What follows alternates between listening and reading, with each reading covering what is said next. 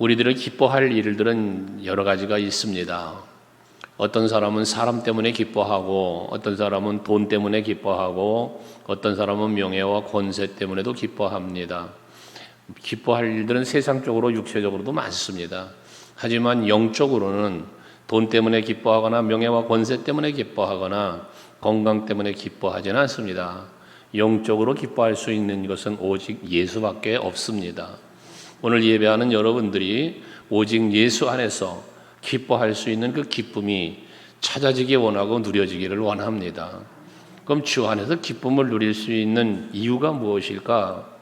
우리가 주 안에 있지 않을 때, 주 안에 있지 않을 때는 죄와 허물로 사망의 자리에 있었습니다. 그래서 세상 사람들이 기뻐하고 즐거워하는 것들로 살았습니다. 하지만 그 기쁨, 그 즐거움은 영원하질 않아요. 일정한 시간이 지나면 퇴색되어지고 기쁨이 사라지기도 합니다. 오히려 그 기쁨이 변해서 괴로움이 되고 슬픔이 될 때가 있습니다. 이런 것들이기 때문에 우리는 진정한 기쁨을 누리지 못했다고 말할 수 있습니다. 그런데 그랬던 우리가 주 안으로 들어왔어요. 주 안으로 들어온 것은 결국 구원받은 거죠. 하나님의 자녀가 된 것입니다. 거기서 누리는 기쁨이 있는 겁니다. 오늘 우리는 주님 안에 사는 자들입니다. 주님 안에 산다는 건 은혜 안에 사는 거요, 사랑 안에 사는 겁니다. 하기에 거기에 기쁨이 있다는 것이죠. 그런데 바울에게 기쁨은 이렇게 구원받음에 대한 기쁨뿐만 아니라 또 하나의 기쁨이 있었는데, 그 기쁨에 대해서 앞에 우리가 4장 앞에서 묵상할 때 빌립보 교인들을 말하면서 너희는 나의 기쁨이요 너희는 나의 면류관이다 라고 말을 했지 않았습니까? 빌립보 교인들이 바울에게 또 기쁨이에요. 예수가 나의 기쁨인 것처럼 빌립보 교인들이 바울에게 또 기쁨이었다는 것이거든요. 그 기쁨이 왜였냐 하면 10절에서 그렇게 말합니다. 내가 주 안에서 크게 기뻐함은 너희가 나를 생각하던 것이 이제 싹이 남이니 라고 했어요. 저들이 바울을 생각하던 것이 싹이 난다. 그럼 여기서 말하는 빌립보 교인들이 바울을 생각하는 그 생각함이 뭐냐 하면 뒤에 나열된 것처럼 바울의 사역에 동역을 한 거예요. 그런 말 하잖아. 우리가 너를 내가 생각해서라는, 생각한다는 말은 배려한다, 도와준다, 뭐 이런 의미를 포함하고 있잖아요. 생각한다는 말이. 그러니까 빌립보 교인들이 바울을 생각을 하는 거예요. 그래서 생각하는데 어떻게 하면 바울을 도울까? 어떻게 하면 바울의 사역에 협력할 수 있을까를 뭐했다? 생각했다는 거예요. 그 생각이 뭐로 이어졌습니까? 그 바울의 사역에 헌금을 보내주고 기도하며 바울의 사역을 해서 힘써준 거란 말이죠. 그걸 생각할 때 바울은 크게 기뻤다는 거예요. 그리고 그 싹이 났다라는 표현을 했어요. 이 싹은 뭐예요? 그들의 헌신과 그들의 그 바울을 생각해서 바울을 위하여 동역했던 이것들에 대한 열매가 맺어지는 걸 말하는 거예요. 싹이 났다는 것은 그로 인하여 이제 한 교회도 세워지고 한 영혼이 살아나고 이걸 의미하는 거거든요. 여러분, 우리가 신앙생활을 하면서 이 싹을 내는, 열매를 맺는 신앙생활을 할 수 있어야 합니다. 여러분들의 기도에 싹이 있다는 건 기도에 열매가 있는 거예요. 여러분들의 헌신에 싹이 난다는 것은 내 헌신 때문에 나타나는 증거들이 있어진다는 이야기거든요. 바울의 사역의 현장에서 빌립보 교인들의 그 도움과 협력을 통한 열매가 맺어진다는 거예요. 결과물이 나타난다는 것이거든요. 이 열매와 결과물은 바울의 기쁨으로 끝나질 않습니다. 바울을 기쁘게 했지만 이건 바울만의 기쁨이 아니라 하나님의 기쁨이 되는 거죠. 그리고 그것은 결국 하나님의 기쁨이 된 결과는 또한 빌립보 교인들에게는 상급과 면류관이 되는 것 아니겠습니까? 여러분들의 수고와 여러분들의 헌신, 여러분들이 하나님 앞에 기쁘게 해드리는 모든 것들에는 반드시 그 결과가 있습니다. 고린도전서 15장 57절 58절을 말하지만 주 안에서 수고함이 결코 헛되지 않다. 여러분들의 수고와 헌신, 그 수고 속에는 여러 가지가 들어있잖아요. 예배의 수고, 기도의 수고, 헌신의 수고 다 들어있어요. 그 수고라는 건 열정이에요. 열심을 말하는 거예요. 여러분들의 그 열심은, 수고는 결코 헛되질 않아요. 반드시 그에 대한 보응, 하나님의 은총, 축복이 기다리고 있다는 것입니다. 그런데 이렇게 싹이 나는데 너희가 또한 이를 위하여 생각은 했지만 기회가 없었느니라 라고 하는 것은 전할 늘 바울을 생각하고 어떻게 도울까 어떻게 협력할까 생각은 늘 하는데 그 도울 수 있는 어떤 기회가 별로 없었다는 이야기거든요. 그런데 이렇게 저들에게 그 도움을 받아서 사역을 하고 있지만 또 저들은 그 마음이 항상 끊임없이 주어지고 있지만 11절에 바울은 그런 얘기를 해요. 내가 궁핍함으로 말하는 것이 아니니라. 어떠한 형편이든지 나는 자족하기를 배웠다라고 말을 합니다. 바울이 궁핍하기 때문에 야 빌립보 교인들아 너는 나의 자랑이야. 너희가 나를 생각하고 너희가 나를 후원하는 거 이것 때문에 나 참 기뻐.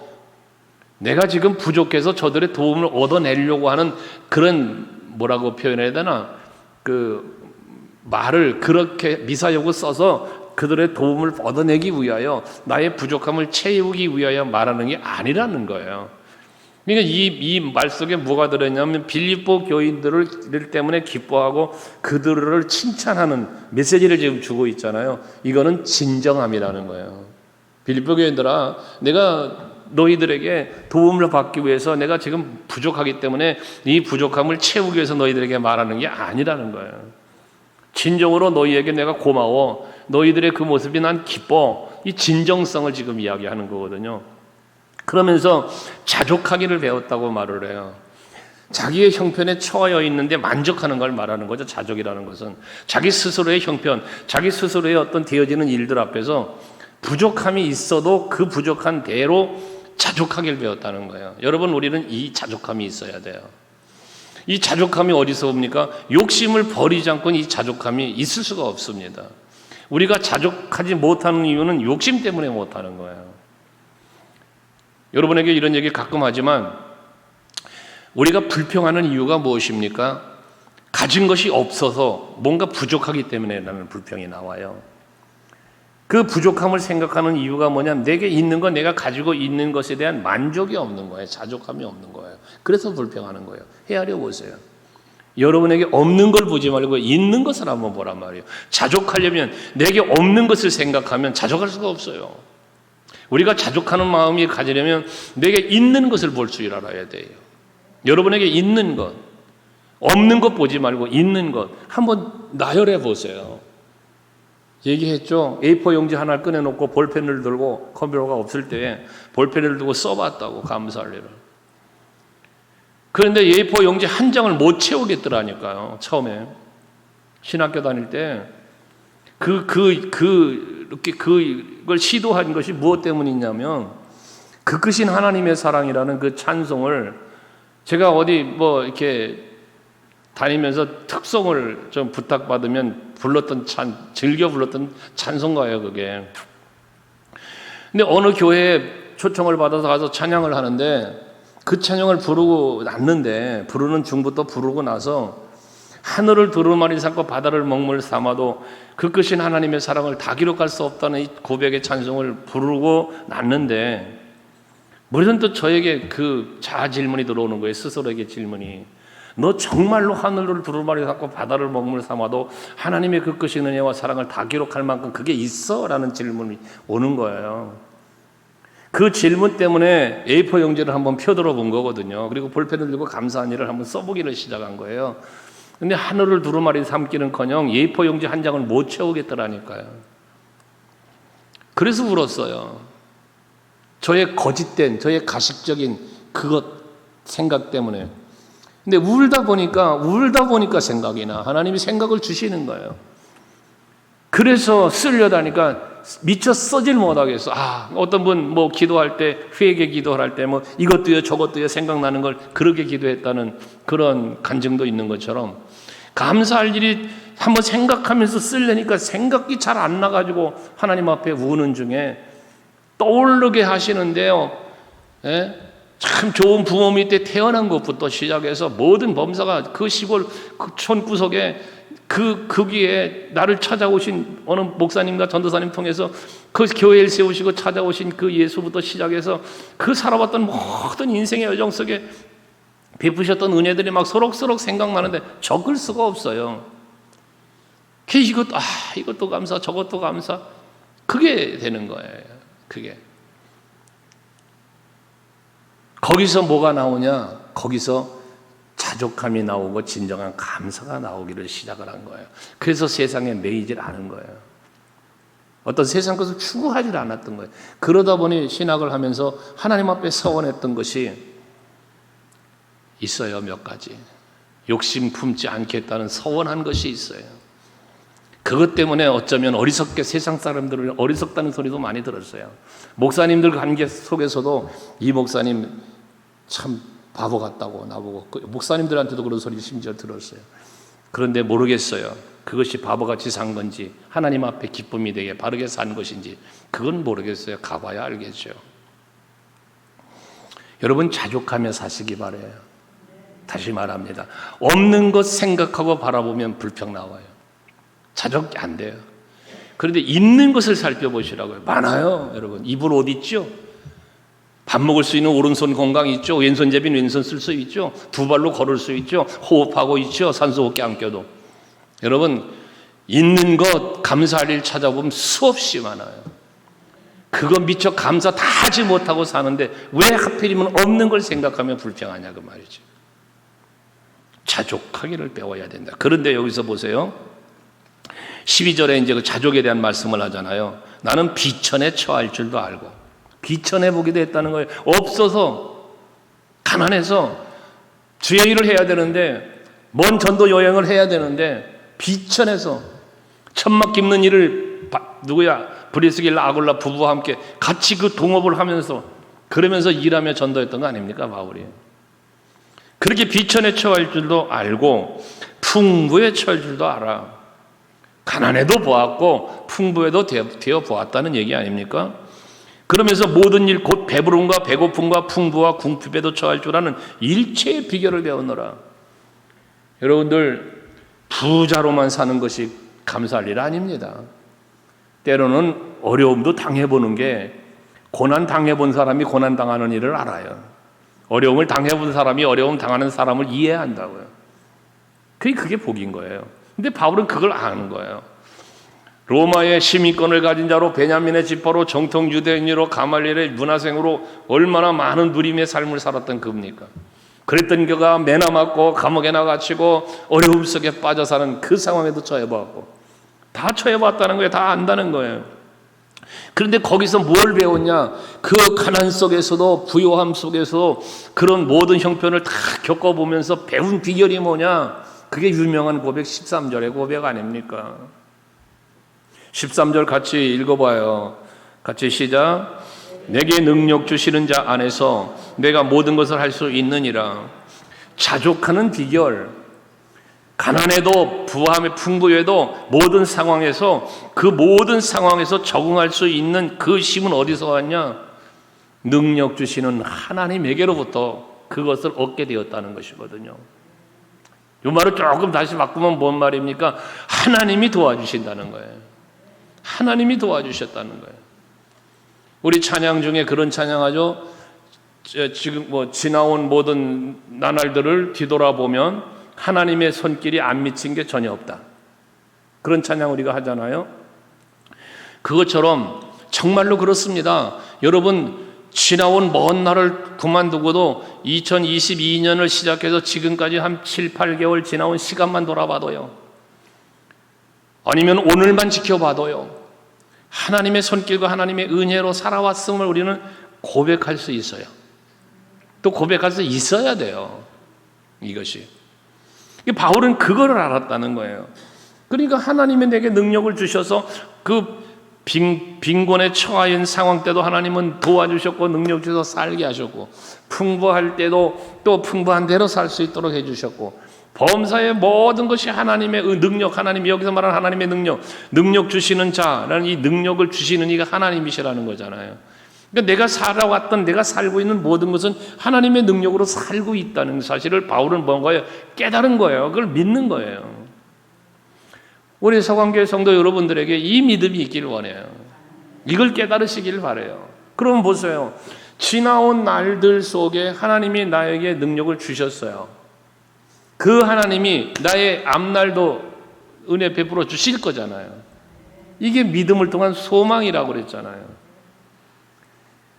그래서 과거와 현재와 미래를 통틀어 주관하시는 하나님의 능력과 역사하심을 우리는 믿을 수 있을 때 거기서 뭐가 나온다? 자족함이 나온다.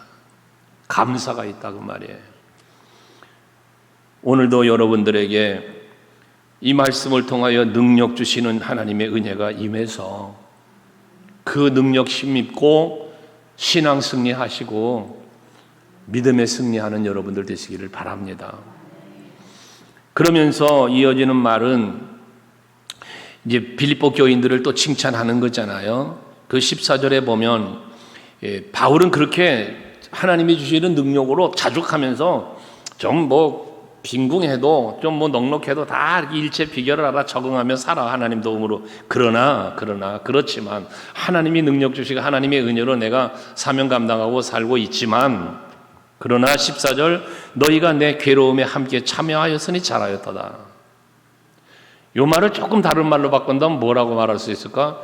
빌립보 교인들아, 나는 조금 과장해서 표현하면 너희들이 도와주지 않아도 하나님이 내게 능력 주시고 하나님이 내게 은혜 주셔서 내가 해야 할 일을 감당하게 하시는 분이 하나님이시다.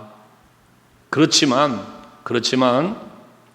너희들이 지금 이렇게 내 괴로움이라는 표현을 했어요. 바울이 지금 감옥에 갇혀 있는 형편이라고 그랬잖아요. 그러니까 그 복음을 전하기 위해서 애쓰고 수고하는 중에 당하는 이 고난에 너희가 뭐해서 참여하였다. 이 참여했다는 말은 함께했다 라는 의미가 되고요. 그리고 또 저들이 함께 교제를 했다 이런 의미인데, 고난에 참여했다, 고난을 함께했다라고 하는 이거는 뭐냐면 저들이 이 헌금을 모아서 바울에게 지원해 준 거잖아요. 그들이 넉넉해서 한 게 아니거든요. 빌립보 교인들이 재산이 많아서 물질이 많아서 그 넉넉함 중에 한 게 아니란 말이에요. 그들도 힘들고 초대교회에 핍박받는 상황이었으니까요. 그들도 힘들고 어려운데 바울의 사역에 협력하고 동역하려니까 어떻게 돼? 그들도 그 바울의 사역에 고난에 참여, 그들도 고난을 당하는 중에 협력하는 거니까 고난에 참여했다는 이야기를 하는 거거든요. 그러면서 잘하였도다. 왜 그 어려운 중에 한 걸 잘하였느냐? 그 왜 잘한 것이냐? 그 잘했다고 하는 이유는 뭐냐 하면, 앞에서 얘기했잖아요. 너희들의 그 나를 생각하던 것이 이제 싹이 난다. 너희들의 그 고난, 그 힘들고 어려운 중에도 연보하여 바울이 사역할 수 있도록 이렇게 협력한 것을 잘한 거는 그로 인한 열매가 싹이 나고 결과물이 나온다는 거예요. 그러니까 잘했다는 거죠. 그 달란트 비유에서요, 5달란트 받은 자와 2달란트 받은 자에게 남긴 자들에게 예수께서 뭐라 합니까? 잘하였다. 착하고 충성된 종. 그들에게 잘하였다고 그래요. 잘하였다는 건 뭐예요? 충성되게 맡겨진 것 같고 최선을 다하여 남긴 자가 됐다는 얘기예요. 근데 1달란트 받은 자는 땅속에 갖다 묻어두었잖아요. 그리고 나왔잖아요. 그랬더니 악하고 게으른 종아 라며 꾸짖으시잖아요. 이건 뭘 얘기하는 겁니까? 우리가 남긴 자의 삶을 살려면, 앞에 빌립보에 싹이 나는 뭔가 결과물을 만들어내는 삶을 살려면 자기 희생 없이는 안 되는 거거든요. 그러니까 이들의 헌신과 이들의 희생이 잘하였도다. 왜? 그걸 통하여 하나님 영광이 나타나고 하나님의 뜻이 이루어지며 하나님의 나라가 확정되고 한 영혼이, 한 민족이, 한 교회가 산다. 이 엄청난 일을 한 것에 대해서 잘했다고 칭찬하는 거거든요. 여러분들이 전도하는 일, 지금 이제 다음 주까지 쉬지만 전도하는 일도 그 한 영혼 한 영혼에게 예수 사랑을 전하는 거, 이거 하나님이 기뻐하시기 때문에, 하나님이 기뻐하시는 일이기 때문에 잘한 거예요. 우리 교회가 어렵고 힘들 때에도 선교지에 교회를 세워가며 후원했던 거, 이게 하나님이 기뻐할 일이기 때문에 이게 잘한 거예요. 하나님이 기뻐하시는 일을 잘하였도다 들을 수 있는 일을 함에 있어서 이것을 대적하고 이것을 방해하고 불평한다? 이건 악하고 게으른 종이 되는 거예요. 언제나 여러분요, 하나님이 기뻐하실 만한 일에는 앞장서세요. 앞장을 서시라고요. 그리고 함께 하시는 거예요. 그럼 뭐해? 잘하였도다. 지금 빌립보 교인들에게 바울이 잘하였다라고 말하지만 이 잘하였다는 말은 바울의 이야기가 아니죠. 하나님의 말씀 아닙니까? 우리 소강교회가 하나님께 잘하였도다라는 칭찬받는 교회, 우리 성도 여러분들이 하나님이 잘하였다라고 칭찬하는 성도, 우리 모두가 그런 교회와 성도가 될 수 있기를 바랍니다. 그러면서 15절에는요 이렇게 함께 고난에 동참하고 참여하면서 함께 했는데, 이 15절에는요 빌립보 사람들아 너희도 알거니와 복음의 시초에 내가 마게도냐를 떠날 때 주고받는 내 일에 참여한 교회가 너희 외에 아무도 없었다. 이 바울의 사역에 이렇게 고난에 참여하면서 그 어려운 중에도 돕고 협력했던 이 빌립보 교회가 이들밖에 없었다는 거예요. 다른 교회, 다른 성도들은 없었다는 거예요. 유일한 빌립보 교회의 동역이었고 협력이었다는 것이거든요. 이건 참 말할 수 없는 칭찬이죠.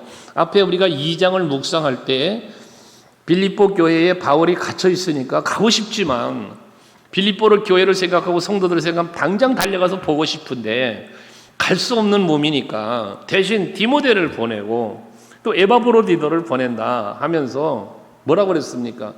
이밖에 내게 없습니다. 이밖에 없다. 너에게 보낼 사람이, 믿을 만한 사람이 이밖에 없다. 우리 2장에서 묵상하고 왔지 않습니까? 교회적으로 빌립보 교회에 너희밖에 없었다라고 바울은 또 이야기하는 거예요.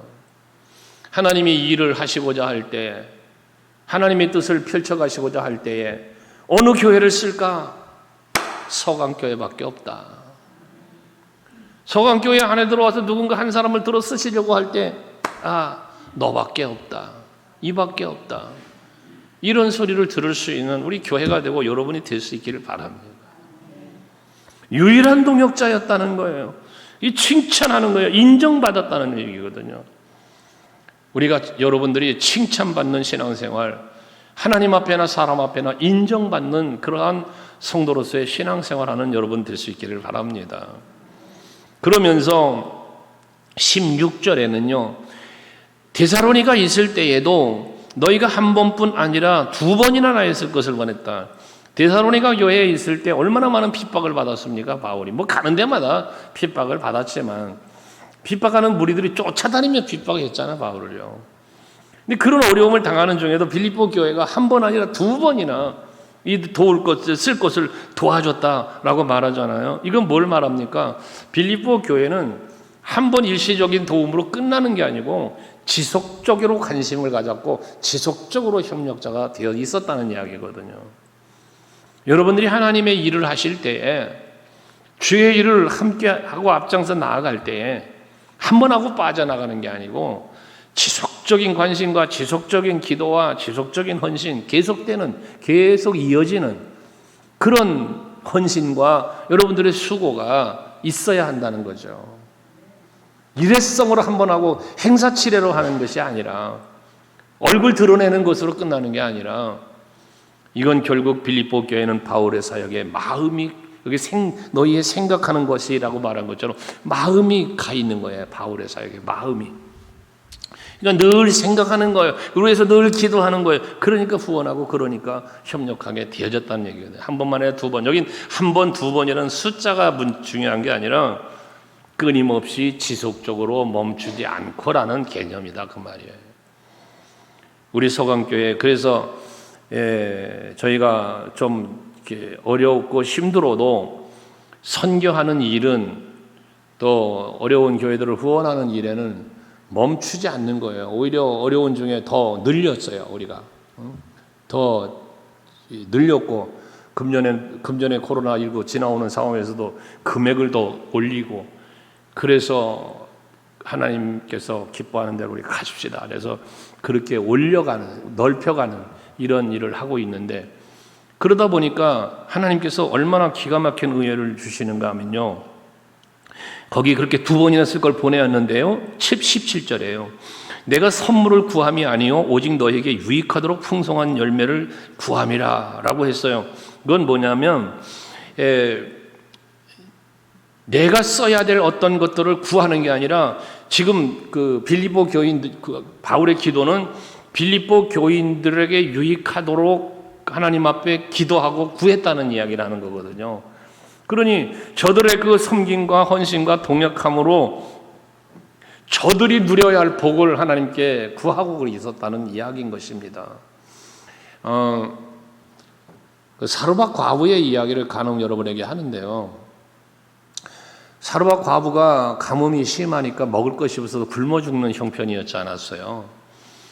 엘리야가 거기에 보냄을 받고 거기서 섬김을 받게 되는데 가서 형편을 보니까 먹을 것이 없어가지고 떡 한 덩어리 만들어 먹고 아들하고 죽을란다는 거예요. 먹을 게 없는 거예요. 그것을 하나님 명령받고 가서 먼저 섬김을 받는 엘리야의 마음을 저는 간혹 생각을 많이 하거든요. 엘리야의 그 마음, 그 먹을 게 없어서 굶어 죽어가는 여인의 모습을 그림으로 한번 그려보면요, 정말 얼마나 안타까운 모습이었겠는가가 그려지지 않아요, 여러분. 3년 6개월이라는 시간의 가뭄인데요. 물론 그 사르밧 과부를 만날 때는 3년 6개월이 아니죠. 어느 정도 가뭄이 심할 때였겠죠. 중간 과정이었겠죠. 그렇지만 먹을 것이 없어서 마지막을 먹으려고 한다고 그러면 배부르게 계속 먹다가 남은 게 그거는 아닐 거라는 거죠. 아껴 먹고 배고픈 걸 참다가 견디다가 남은 마지막 거라고 생각해 보면 어쩌면 그 떡 한 덩어리는 그 여인에게, 그 아들에게는 생명이에요. 목숨이잖아요.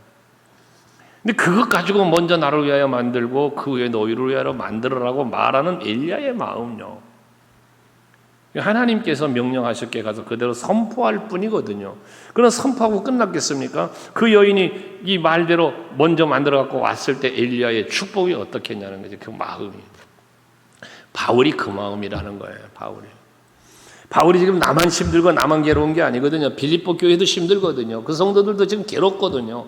그런 중에 이렇게 헌신하며 협력하고 있으니 바울의 마음, 그것을 받는 바울의 마음이 얼마나 간절히 그들을 위하여 축복했겠냐는 거예요. 그래서 바울이 말하는 거예요. 내가 선물을 구함이 아니고 오직 너희에게 유익하도록 풍성한 열매를 구함이다 라고 말하는 것입니다. 헌신하면 헌신하는 자에게 임하는 하나님의 축복이 있습니다. 여러분, 이걸 절대적으로 믿으셔야 합니다. 우리 교회적인 역사 속에서도 그렇고 제 목회의 사역에서도 그렇고 여러분들 성도들을 지켜보면서도 그렇고 하나님 앞엔 절대로 공짜가 없습니다. 로버트 셜로 목사님이 하나님 앞에 기도는 공짜가 없다는 말을 했지만 우리가 믿음으로 하나님 앞에 기도하면 반드시 응답이 있다는 표현을 그렇게 그분이 하신 거거든요. 기도에도 공짜가 없는 것처럼 여러분의 헌신과 수고 절대 공짜가 없어요. 절대로. 저는 그걸 믿기 때문에 전 절대적으로 그걸 믿습니다.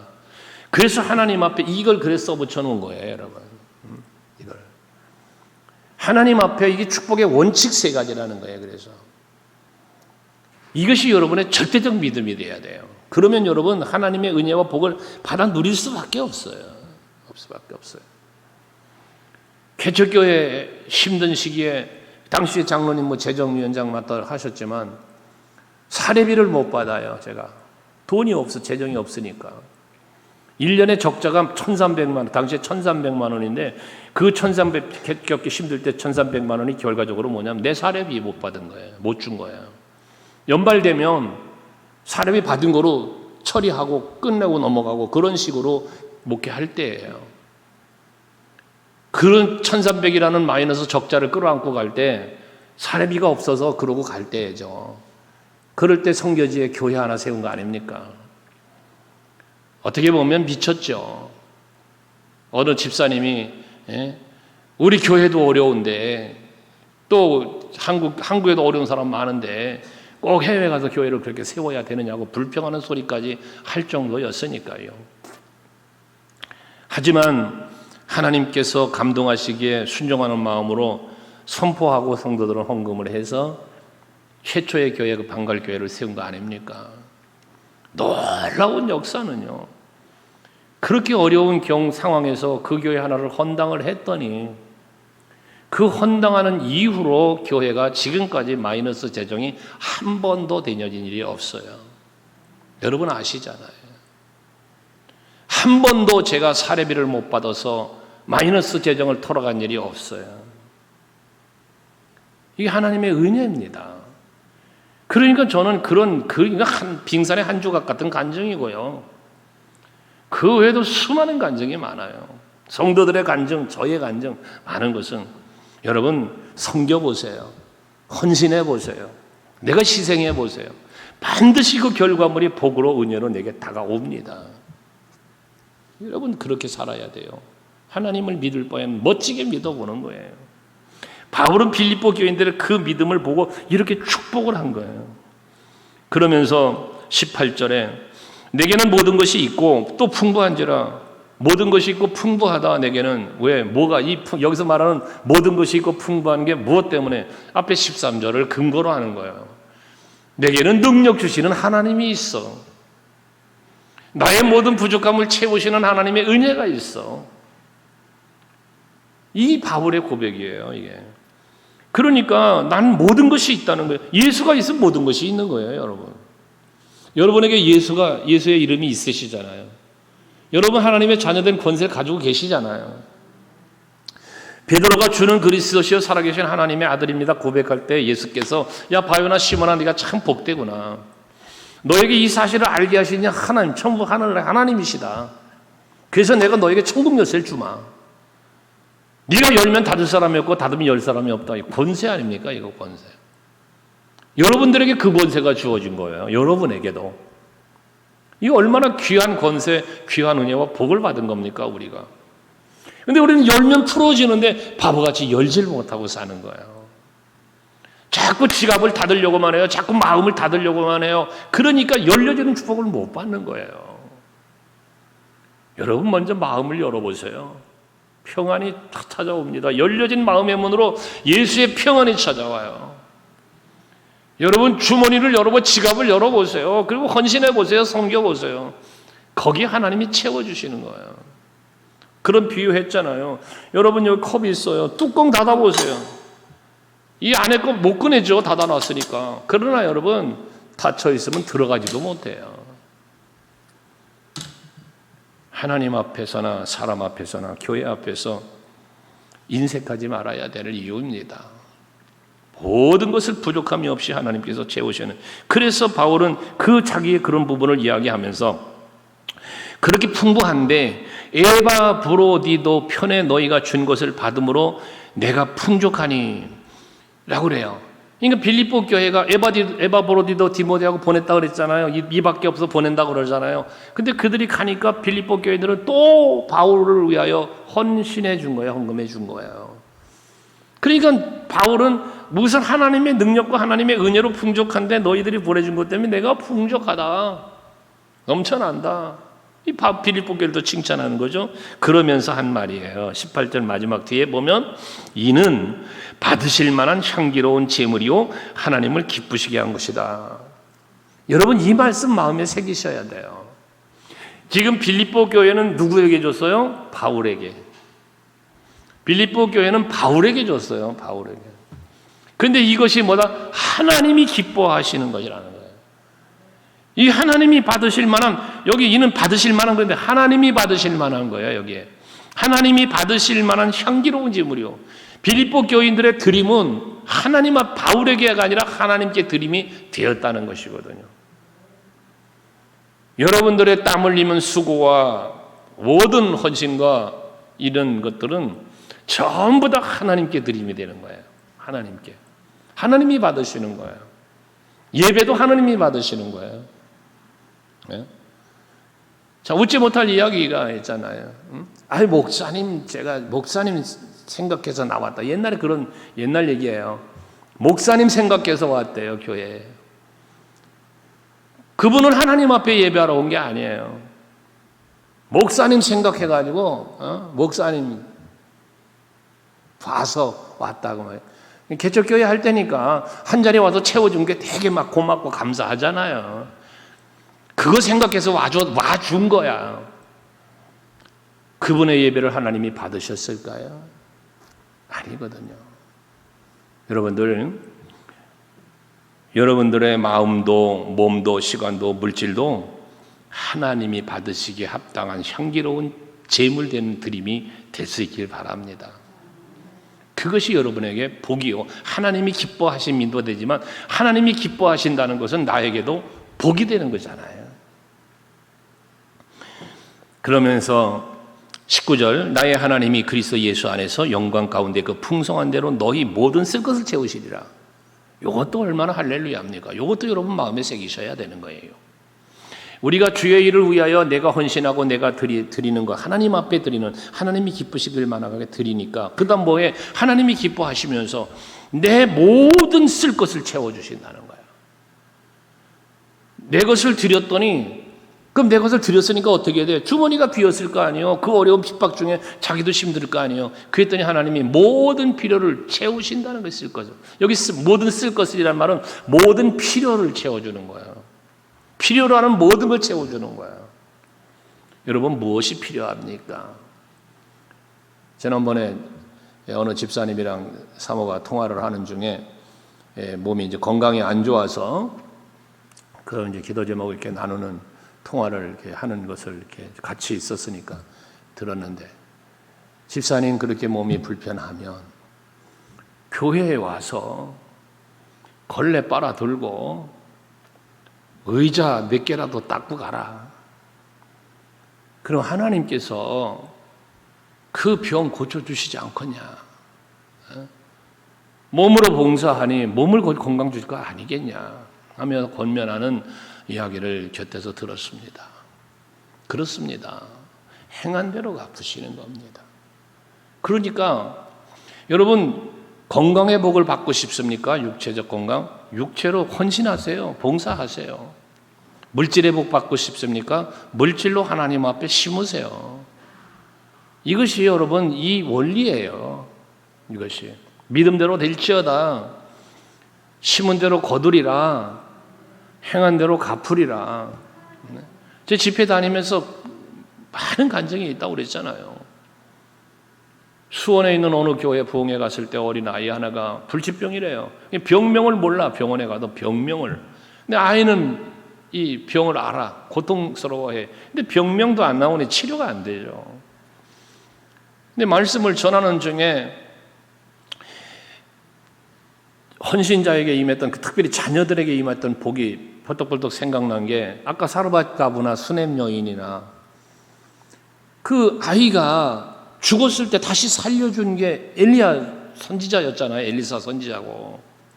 근데 그 원인들이 뭐였냐면 관계 형성이었어요. 엘리야와 관계에서, 엘리사와 관계에서 수넴 여인도. 그 생각이 버떡 나서, 엘리사 생각이 특별히 나서, 그러면 이번 집회 때 교회 재정에서 하겠지만 강사 숙소 헌금을 해라. 내가 호텔비 그때 뭐 얼마 정확한 기억은 없어요. 그래서 숙박비는 물어봐라. 목사님께 물어보면 얼마가 나올 것이다.